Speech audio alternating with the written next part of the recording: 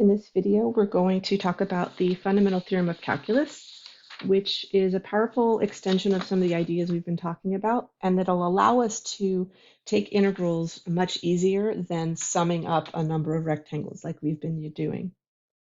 In the last video, we were looking at the average value of a function, and now we're going to extend that idea and prove the mean value theorem for definite integrals. Again, a definite integral is one that has a particular lower and upper bound that we're calculating the area between. Notice that in this theorem, we have the assumption that the function is continuous. And these three pictures here, specifically the second one, show us why that's of particular importance. All this theorem is saying is that if I have an average value of a function, let's say that it's here, average value, part of the function values are above, part of the function values are below, that there is some letter C that when we plug C into the function, it actually takes on that average value that we had. And C is in between the lower and upper bounds. Looking at the second function, this is an example of where it doesn't work. Half of the function takes on the value of 0, and the other half of the function takes on the value of 1, where the average ends up being a half. But because we have a jump discontinuity, the function itself never has an output value of 1/2. So that's where the mean value theorem is not valid. The third picture is just showing us that the function can take on the average value in more than one point. It doesn't have to just be one, and so we've got two different locations where the average value is taken on there. All right, let's do a brief proof. It's actually pretty simplistic. We're saying that, let's call the average value some number. I don't think I can call it f of c at this point. We'll just use the definition. Our average value was 1 over b minus a between a and b, f of x dx. So this is our average value. We know that the average value has to be somewhere between the maximum value of f and the minimum value of f, right? That seems kind of obvious. It's somewhere in the middle. Now, we had the intermediate value theorem a while back. It said that if we had a continuous function, f, and if we're looking between two particular values, let's say that f of b is 3, and let's say that f of a is 2. The intermediate value theorem says that every single value between 2 and 3, the function has to take on at some point. So it's going to have 2.1 and 2.2 and 2.3, etc., because of that continuity. It seems kind of obvious by looking at the picture. And again, we're assuming continuity for this particular function. So we know that the function is going to take on this average value somewhere.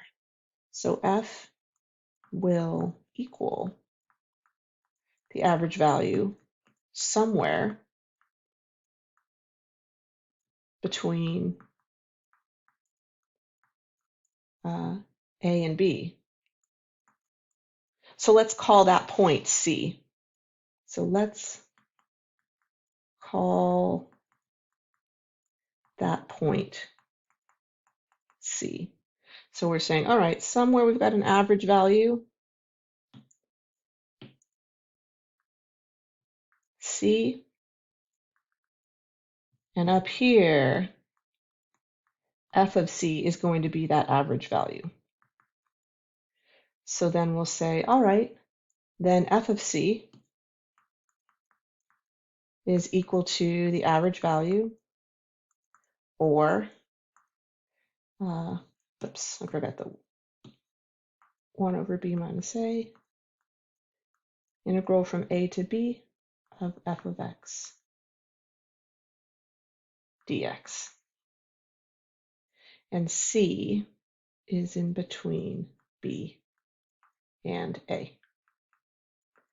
All right, this fact seems pretty simple, especially by looking at the pictures, but we're going to use it for the proof of the fundamental theorem. And we're actually going to split the fundamental theorem up into two separate parts. So let's tackle the first part.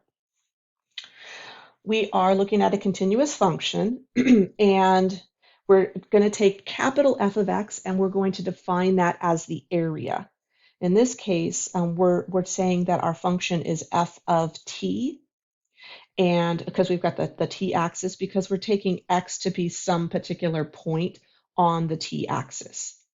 So the integral that I'm looking at is between the values of a and b. You can see that here. The function is f of t, and I'm saying that area is equal to capital F of x. Now, because our function is differentiable, I'm taking this function right here and I'm taking the derivative of both sides, and that's what's showing up here.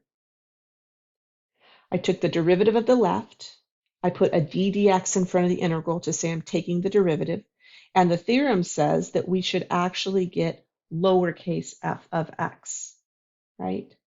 Remember when we went backwards before and we had a capital letter, we were saying that was the antiderivative.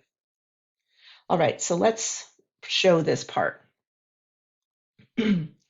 Let's define capital F prime of x using the old definition we had for derivatives, taking the limit as h goes to 0, f of x plus h minus f of x all over h. I'm going to move that division of h out for a second. I'll put it out here in the front, 1 over h.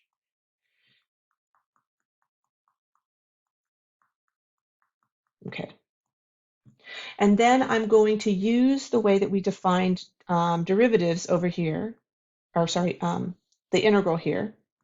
So capital F of x plus h is going to be the integral between a and x plus h, f of t dt. And then I'm going from a to x, f of t dt.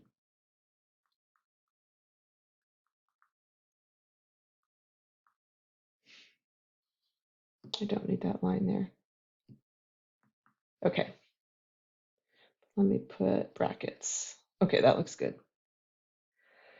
Now, I'm going to combine what I have in the brackets here. Let me draw a little picture here on the side. I'm taking the integral from a to x plus h. I'm taking this whole thing up here.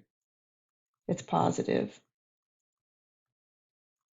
And then I'm also subtracting off this part, right?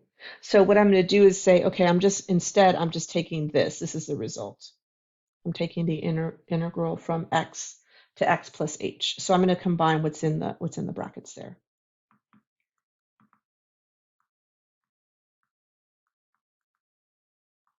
So it'll be from x to x plus h, f of t dt.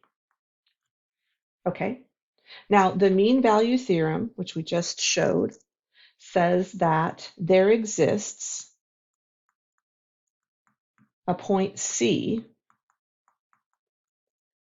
somewhere between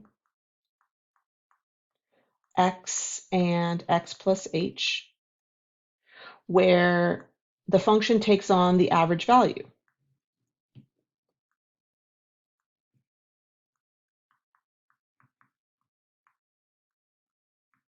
That's what we just showed before.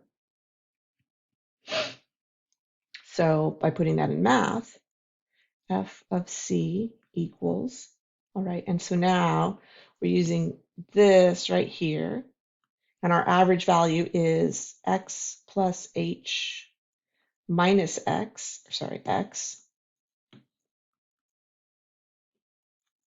and then going between x and x plus h, f of t dt. So this is our definition of the average value. And so I'm going to say f of c is 1 over h, just taking that x and the minus x and subtracting them. Okay, so this is one equation that we're going to use. I'm going to put a star next to it and write a 2 here. And then I'm also going to go back up to this one that we did, and we're going to use that as, that's going to be equation 1. Let me write what that was. Sorry, that was f prime of x. So this is going to be equation. We're going to eventually combine these together, so I want to just make a note of where they are in the notes. All right. All right. So looking at the bounds of this particular integral, as h goes to 0, because we're taking that limit, x plus h goes to x, right? And because c is in between these two, c is somewhere between x and x plus h, then we know that c also has to go to x. Let me draw a picture. We have x here, we have x plus h, and we have c somewhere in the middle. So as this approaches this, c is sandwiched in the middle, so it's also got to be approaching x, right? They're all going towards x.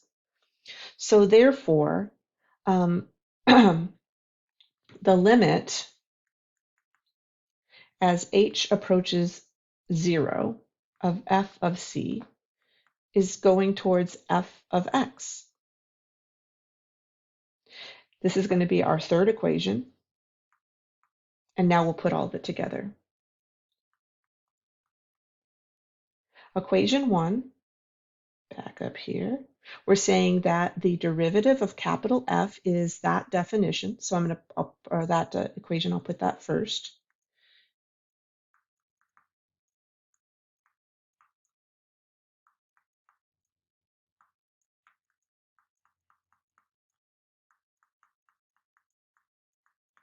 So this was part 1.